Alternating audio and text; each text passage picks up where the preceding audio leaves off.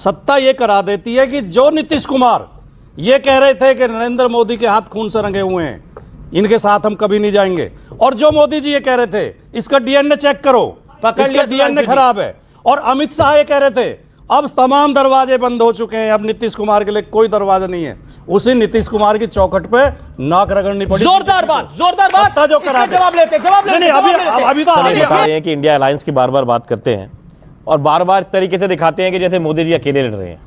39 पार्टियों का तो गठबंधन है ही, साथ में उसकी 3 सबसे बड़ी पार्टियां कौन सी है? एक का नाम है ईडी, दूसरी का सीबीआई और तीसरे का इनकम टैक्स।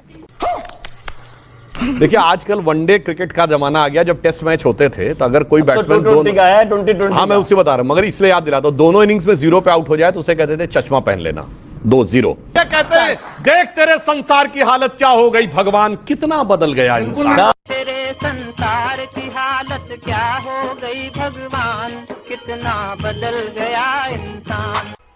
तो दोस्तों आज की इस वीडियो में कांग्रेस पार्टी के नेता, समाजवादी पार्टी के नेता और साथ ही साथ न्यूज एंकर अमीश देवगन ने मिलकर के बीजेपी के प्रवक्ता सुधांशु त्रिवेदी का तबला बजा दिया। और सच पूछो तो दोस्तों जब मैं भी इस वीडियो को पहली बार देखा तो मैं भी अचंभित रह गया, क्योंकि आज तक इन न्यूज एंकरों ने कभी भी बीजेपी के नेताओं से इस तरह का सवाल नहीं किया था। तो आज की इस वीडियो में इन तीनों ने बीजेपी के नेता का गजब तरीके से लड़ाई किया है। तो दोस्तों वीडियो काफी ज्यादा इंटरेस्टिंग है, तो सबसे पहले आप लोग इस पूरे वीडियो को देखिए। सुधांशु त्रिवेदी, अगर विपक्ष में राहत है तो आहत भी तो कोई होगा। एनडीए आहत हो रहा है क्या? इसमें आहत होने की कोई बात नहीं है, यह देखने की बात है कि सत्ता की लाचारी क्या क्या करवाती है।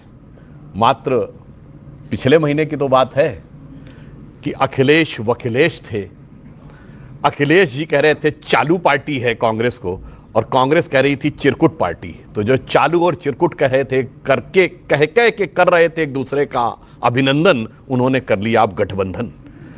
और वो गठबंधन भी क्यों किया है, देखिए ये दो ऐसे लोगों ने गठबंधन किया है जो दोनों युवा हैं मगर दोनों 50 वर्ष से ऊपर के हैं। तो आप इस गठबंधन की हकीकत वैसे ही समझ सकते हैं। और दूसरा, दोनों युवाओं ने अपने कुल गौरव में क्या कीर्तिमान स्थापित किया है। हमारे राहुल गांधी जी, उनके पिताजी 400 सीटें लेके आए थे, वो 44 पे ले आए। हमारे अखिलेश जी, बताइए, मुलायम सिंह जी ने 1989 में पार्टी खड़ी की, 90 में पहले वीपी सिंह जी का साथ लिया, अजीत सिंह जी को झटका दिया, फिर चंद्रशेखर जी को झटका दिया, अपनी पार्टी खड़ी की, और 2012 में स्पष्ट बहुमत की सरकार लेके आए। अखिलेश जी 57 पे ले आए। तो मुझे लगता है कि भारत की सत्ता के 2 भूतपूर्व 50 वर्षीय युवाओं के राजनीति में भूतपूर्व हो जाने के भय से उत्पन्न होने के कारण यह किया गया गठबंधन है। और इस गठबंधन में कितनी गठ हैं, यानी गांठें हैं, और कितना बंधन है, ये आने वाले समय में बहुत स्पष्ट रूप से एक सवाल अभी आप ही के जवाब से निकला, ये राहुल गांधी को आप हमारे क्यों कहते हैं? हमारे राहुल गांधी आपके कैसे राहुल गांधी, वो तो कांग्रेस के। देखिए ऐसा है कि कोई भी व्यक्ति जो राजनीति में, अभी आपने कहा ना, हमने कहा कि हर व्यक्ति बड़ा ही चकित होकर देख रहा है जी। तो अगर चकित होकर देखना है तो जिस व्यक्ति को देखने का आभास होगा तो उसे राहुल गांधी नजर आएंगे। इसलिए हमारे, क्योंकि वो जब से चले हैं, कहां से, गुवाहाटी से, तो चौपाटी में देवड़ा जी अलग हो गए थे जी। वो बंगाल पहुंचे थे तो ममता जी अलग हो गई थी, वो झारखंड पहुंचे थे तो मुख्यमंत्री बदल गया था, वो बिहार पहुंचे थे तो संयोजक नीतीश कुमार जी इधर आ गए थे। अब किसी तरीके से वो वहां पहुंचे हैं यूपी में, चलो। लेकिन अब कमान दीदी के हाथ में आ गई है, अब प्रियंका गांधी वाड्रा पॉलिटिकल डील कर रही है, राहुल नहीं कर रहे हैं। एक इस पे भी बात मैं इस पर आपकी राय लूंगा, लेकिन राजकुमार भाटी के पास आता हूं। राजकुमार भाटी, ये देखिए पूरा एनडीए लगा रहा कि डील नहीं हो रही, मीडिया ने भी बोला डील नहीं हो रही, लेकिन असल में आप डील सील करके आ ही गए। आपने भी, यानी समाजवादी पार्टी के नेताओं ने भी बहुत कुछ कहा, कांग्रेस के नेताओं ने तो और भी ज्यादा कहा, लेकिन फाइनली काम हो गया। हमारे सुधांशु त्रिवेदी जी ने, अभी जो कह रहे थे ना हमारे राहुल गांधी, तो मैं भी वही कह देता हूं, हमारे सुधांशु त्रिवेदी जी ने शुरुआत की, सबसे पहले सेंटेंस बोला, सत्ता पता नहीं क्या क्या करा दे। बिल्कुल सही बात है, सत्ता ये करा देती है कि जो नीतीश कुमार ये कह रहे थे कि नरेंद्र मोदी के हाथ खून से रंगे हुए हैं, इनके साथ हम कभी नहीं जाएंगे, और जो मोदी जी ये कह रहे थे इसका डीएनए चेक करो, इसका डीएनए खराब है, और अमित शाह ये कह रहे थे अब तमाम दरवाजे बंद हो चुके हैं। अब नीतीश कुमार के लिए कोई दरवाजा नहीं है। उसी नीतीश कुमार की चौखट पे नाक रगड़नी पड़ी। जोरदार बात, जोरदार बात। सत्ता जो करा दे। जवाब लेते नहीं, अभी तो आधे मिनट हुआ। पॉइंट आपका, जवाब ले लीजिए। नहीं, 30 सेकंड का जवाब ले लीजिए। सुधांशु त्रिवेदी, मैं रिबटल आपको अलाउ करता हूं। बताइए, ये तो फंसा दिया, ये तो फंसा दिया आपको इन्होंने बहुत बुरी तरह से। नीतीश जी के बारे में आप क्या बोलते थे? अच्छा, आरएलडी के बारे में आप क्या बोलते थे? अब सबको आप भी तो ले रहे हैं साथ। आपको भी तो लग रहा है कि अगर सब साथ नहीं आएंगे तो आप निपट जाएंगे भाई। उन्होंने मेरी बात आधी बोली, अगला सेंटेंस नहीं सुना। कह रहे थे नहीं, कह रहे हैं। ये तो पिछले महीने बोले हैं चालू और चिरकुट। पिछले ये तो अभी भूतकाल पिछले हो महीने जाता है। बोले हैं। और हमसे तो कब की बात कर रहे हैं? ये नीतीश जी ने कब कहा था कि खून से रंगे हुए हाथ? मैं चुनौती से कहता हूं, दिखाइए। 2014 में बिल्कुल नहीं कहा था दावे के उन्होंने। साथ कहता हूं, 2014 में वो तो 2002 में मंत्री रहे थे, सरकार में हमारी रहे थे। क्या बात कर रहे हैं वो आप? तो पलटू चाचा तो इसलिए- पलटते रहते हैं। आहा। वो तो आपका अब दुख सुनिए। भी खत्म नहीं हो रहा। अरे सुनिए साहब, अब अगली बात कह दूं। अगर एक पार्टी 10 है सेकंड। कोई उत्तर प्रदेश में जी। जो ये पलटने की बात कहते हैं, कोई एक पार्टी जिसने हर पार्टी से गठबंधन किया है, वो है समाजवादी पार्टी। 89 में मुलायम सिंह मुख्यमंत्री बने बीजेपी के सपोर्ट से। उसके बाद जब गोली चली, हमने उनसे सपोर्ट विड्रॉ किया, चंद्रशेखर जी के साथ चले गए। फिर 93 में आए बसपा के सपोर्ट से। फिर उसके बाद आए 2003 में कांग्रेस के सपोर्ट से। भाई साहब, ऐसा कोई बचा नहीं जिसको इन्होंने ठगा नहीं। ठीक है, एक पॉलिटिकल पार्टी बताइए जिसके अब साथ इन्होंने आपने पकड़ लिया, अब इन्होंने पकड़ लिया। देखिए, कुल मिलाकर राज बड़े सारे हैं और ये युवा पीढ़ी को सब पता लग जाता है आजकल। बताइए। नहीं, मत सुधांशु जी क्यों कुरेद रहे हैं इतिहास को? क्या सुधांशु जी को ये पता नहीं है कि इनकी सरकार भी बीएसपी के समर्थन से ही बनी थी, बहन जी के समर्थन से ही बनी थी? बसपा की सरकार हमारे समर्थन से बनी थी, हमारी सरकार बीजेपी के समर्थन से नहीं बनी। क्या उत्तर प्रदेश में अभी भी भारतीय जनता पार्टी का 3 पार्टियों से गठबंधन नहीं है? क्या ओम प्रकाश राजभर ये नहीं कहते थे इस योगी को तो मठ में छोड़ के आऊंगा, इस योगी को तो कीर्तन करना सिखाऊंगा? आज देखिए, वही आप ओम खुद प्रकाश ही कीर्तन राजभर कर रहे हैं उनके साथ। आज वही आप ओम खुद ही प्रकाश कीर्तन कर रहे हैं उनके साथ। तो ओम प्रकाश राजभर क्यों है इनकी पार्टी में? जी। तो क्यों कुरेद रहे हैं? दूसरी बात इन्होंने कही थी, इसमें बहुत गांठ है गठबंधन में। बिल्कुल मैं इनकी इस बात से भी सहमत हूं। इसमें गांठ है इसलिए ज़्यादा है कि इसमें ज़्यादा लोग जुड़े हों। ये गठबंधन में केवल कांग्रेस सपा नहीं है, इंडिया गठबंधन में वो किसान भी हैं जिनके ऊपर बीजेपी के नेताओं की गाड़ियां जिन्हें रौंद देती हैं। वो किसान भी है जो 700 लोग शहीद हो जाते हैं, जिन्हें राजधानी में नहीं घुसने दिया जाता, जिनके लिए कीलें ठोकी जाती हैं सड़क पर, जिनके लिए पानी की बौछारें और गोलियां चलाई जाती हैं। इस गठबंधन में वो मजदूर भी हैं जिनके लगातार हक मारे जा रहे हैं। इस गठबंधन में ओबीसी वर्ग के 6,800 स्टूडेंट भी हैं जिनके लिए हाईकोर्ट का आदेश है कि इन्हें ज्वाइनिंग कराओ। 2 साल से योगी जी ज्वाइन नहीं करा रहे हैं। ठीक है, इस गठबंधन में वो बहन बेटियां भी हैं। हाथरस की बेटी को रात को 2 बजे उसके परिवारजनों पर लाठियां चला के मिट्टी का तेल डालकर जिसकी डेड बॉडी जला दी बिल्कुल जाती है। आपने सही कहा कि आपको लगता है कि मोदी का मुकाबला कर पाएंगे? और हमारा आज का शीर्षक है, कब होंगे कामयाब? देखिए, ये जो गठबंधन ये बता रहे हैं कि इंडिया अलायंस की बार बार बात करते हैं और बार बार इस तरीके से दिखाते हैं कि जैसे मोदी जी अकेले लड़ रहे हैं। 39 पार्टियों का तो गठबंधन है ही, साथ में उसकी 3 सबसे बड़ी पार्टियां कौन सी है? एक का नाम है ईडी, दूसरी का सीबीआई और तीसरे का इनकम टैक्स। ये जो बेवकूफ बनाने के तरीके हैं, अगर 400 पार हो ही रही थी साहब तो नीतीश जी के पैर क्यों पकड़े? क्यों जयंत जी के पैर पकड़ने पड़ गए? 400 पार हो रही है तो कश्मीर में भी नए नए लोगों से रात को बात होने की कुछ चर्चे सुनाई दे रहे हैं। कौन रात को गया? रात को मिले। हाँ, तो रात को अगर फारूक अब्दुल्ला मिलने गई तो कोई तो मिला होगा ना। तो रात को मिल रहे हैं, 400 पार हो रही है, इतनी टेंशन क्यों है? फिर क्यों उद्धव ठाकरे की पार्टी को तोड़ना पड़ा? क्योंकि उद्धव ठाकरे के पिताजी तो ओरिजिनल हिंदू हृदय सम्राट थे। उनके बेटे को आप कुछ भी कह सकते हो, वो तो आपके रोल मॉडल रहे होंगे।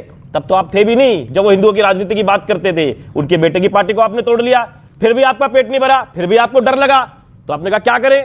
तो आपने शरद पवार जी की पार्टी को तोड़ लिया, फिर भी मन नहीं भरा यार, कांग्रेस के अशोक चौहान जी को तोड़ लिया। तो आपको अगर 400 पार हो रही है तो आपको सबके पैर क्यों पकड़ने पड़ते हैं? क्योंकि इनको मालूम है कि जनता बेवकूफ नहीं है। जनता को साफ दिखाई दे रहा है कि रोज रोज अपने ही एक्स। वीडियो अच्छी लगती है तो इसको लाइक करें, पूरी डिबेट जरूर देख कर जाइए। उन्होंने कहा कि पुलवामा में जो 300 लोग मरे उसकी जिम्मेवार आपकी सरकार थी। उन्होंने कहा था लिफ्ट कराओ, आपने नहीं कराया। 300 आरडीएक्स कहां से आया? 300 किलो आप आज तक बता नहीं पाए। आपके ही टाइम पे सारे काम हुए, आप कहते हो हमने तो आतंकवाद खत्म कर दिया। अरे लोगों को कितना बेवकूफ बनाओगे? कितना लोगों को छलोगे? कितना लोगों को ठगोगे? और आप कह रहे हो कि हमने नहीं ठगा। आपने जितना लोगों को बेवकूफ बनाया, मुझे लगता है हिंदुस्तान की राजनीति के अंदर कोई इतना बेवकूफ नहीं बना होगा। और इसी हिंदुस्तान में देखिए, आपको लग रहा है पब्लिक बेवकूफ बन रही है? नहीं देखिए, सुनिए, आपको एक सेकंड, आपको लग रहा है पब्लिक बेवकूफ बन रही है? बेवकूफ है सारे बैठे हुए, ये व्यूअर्स उस तरफ, वोटर्स आप लोगों के। देखिए, वैसे तो जनता का जो फैसला होता है वो सबको मान लेना चाहिए, ठीक है, लेकिन जनता को बेवकूफ बनाने के तरीके तो है ना, कि कॉम्प्लान नहीं पियोगे तो बच्चा बड़ा नहीं होगा। तो हमारे बाबा ने तो कॉम्प्लान नहीं पिया, लेकिन वो बड़े हो गए। हमारे पिताजी ने भी नहीं पिया, हमने थोड़ा पिया, हमारे बच्चे शायद और ज्यादा पिए। तो वो यही करते, अगर हमको वोट नहीं दोगे हिंदू खत्म हो जाएंगे। अरे भाई, हिंदू पहले भी थे, आज भी है, कल भी रहेंगे, कोई खत्म नहीं कर सकता। लेकिन तुम कॉम्प्लान पिला रहे हो, अगर नहीं होगा तो ऐसा नहीं होगा। डराने की राजनीति, डराने की राजनीति, 80% लोगों की राजनीति करके बेवकूफ बना रहे हो। आम आदमी पार्टी के विधायक साहब और नेता प्रवक्ता राजेश गुप्ता जी का बयान कि आप डराने की पॉलिटिक्स करती हो। और देखिए, ये सीबीआई ईडी वाला कोई आरोप आप पर नया नहीं है, ये सब लोग आप पर लगाते हैं। मतलब सीबीआई ईडी ऐसा ही होता है कि विपक्ष के नेताओं के द्वार ही पहुंच जाता है, डोरबेल उन्हीं की बजा देता है। ऐसा तो सुधांशु जी, इतना इत्तेफाक से होता नहीं है। दोनों बातों का जवाब देता हूं। पहली बात, इन्होंने कहा किसके चरणों में गिरे पड़े। देखिए, आजकल वनडे क्रिकेट का जमाना आ गया। जब टेस्ट मैच होते थे तो अगर कोई बैट्समैन हाँ, मैं उससे बता रहा हूं, मगर इसलिए याद दिलाता हूं, दोनों इनिंग्स में 0 पे आउट हो जाए तो उसे कहते थे चश्मा पहन लेना। 2-0 कांग्रेस पार्टी 2 बार लोकसभा विधानसभा 0, दूसरी बार लोकसभा विधानसभा 0 पाने वाले में 67 सीटें पाने वाली पार्टी जाके चरणों में गिर गई।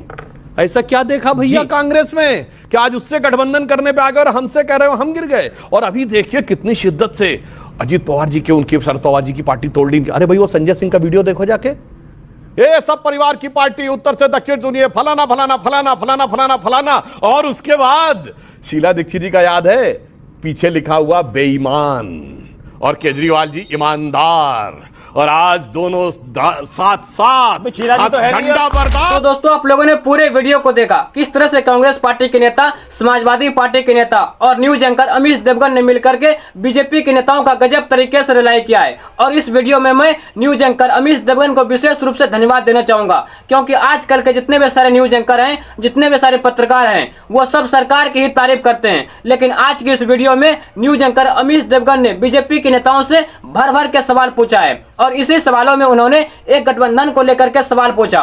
उसके बाद बीजेपी के नेता सुधांशु त्रिवेदी जी इतिहास बताते हुए कहते हैं कि ये वही कांग्रेस है जो पहले आम आदमी पार्टी यानी केजरीवाल को गाली देते थे, और केजरीवाल के पार्टी यानी आम आदमी पार्टी कांग्रेस पार्टी को गाली देते थे। लेकिन आज ये दोनों एक साथ गठबंधन करके एक साथ चुनाव लड़ रहे हैं। उसके बाद समाजवादी पार्टी के प्रवक्ता ने बीजेपी के इतिहास को बताते हुए कहा कि आपके पार्टी के सबसे बड़े नेता और देश के गृह मंत्री मोटा भाई अमित शाह जी ने कहा था कि अब भाजपा का दरवाजा नीतीश कुमार जी के लिए हमेशा के लिए बंद हो चुके हैं। और ये बिहार के उप मुख्यमंत्री सम्राट चौधरी जी, ये कब अपना पगड़ी बांधते हैं और कब खोलते हैं किसी को पता ही नहीं चलता है। लगता है फिल्म का शूटिंग हो रहा है कि झट से बांध लो और पट से उतार दो। और इन्होंने भी अपने पगड़ी की कसम खा करके कहा था कि अब नीतीश कुमार जी को बीजेपी में कभी भी शामिल नहीं किया जाएगा। लेकिन जैसे ही नीतीश कुमार जी का मन हुआ कि अब हमको बीजेपी में शामिल होना है, झट से इन लोगों का दरवाजा खुल गया और सम्राट चौधरी जी यमुना नदी में जाकर के अपने पगड़ी के सारे कसम को बहा दिए और नीतीश कुमार जी का भव्य तरीके से स्वागत किया गया कि आइए, आपका हमारे पार्टी में स्वागत है। और इसी गठबंधन को लेकर के समाजवादी पार्टी के प्रवक्ता ने एक और सबसे मजेदार बात कहा, और उन्होंने कहा कि आज बीजेपी पार्टी जो सत्ता में है, इसके पीछे 3 सबसे बड़े पार्टी है, और वो पहला नंबर पर है ईडी, दूसरा है सीबीआई और तीसरा है इनकम टैक्स। इन्हीं तीनों के वजह से आज बीजेपी का सरकार चल रहा है, क्योंकि जितने भी सारे विपक्षी नेता इसके विपक्ष में बोलता है, इसका विरोध में बोलता है, वो सब विपक्षी नेता को ये जेल में डाल देते हैं। और इसी को लेकर के तेज प्रताप यादव ने कहा था कि मोदी जी नेताओं के लिए बहुत ही अच्छा काम किया है, क्योंकि आज ये जिस तरह से विपक्षी नेता को जेल में डाल देते हैं, उसी तरह से कल हमारा सरकार बनेगा, हम लोग सरकार में आएगा तो वैसे ही विपक्षी नेताओं को जो ज्यादा फड़फड़ाएगा उसको पट से पकड़ करके चट से जेल में डाल देंगे। तो मोदी जी अपने नेताओं के लिए तो बहुत अच्छा काम किया है, लेकिन एक बार देश की जनता के लिए काम कीजिए, क्योंकि 4 साल बाद आपका रिटायरमेंट होने वाला है। बाकी आप लोग ऐसे नेताओं के बारे में क्या सोचते हैं, अपना राय कमेंट में बताएं, और ऐसे ही इंटरेस्टिंग वीडियो देखने के लिए आप लोग हमारे चैनल को सब्सक्राइब करें। मिलते हैं अगली वीडियो में, तब तक के लिए जय हिंद, वंदे मातरम।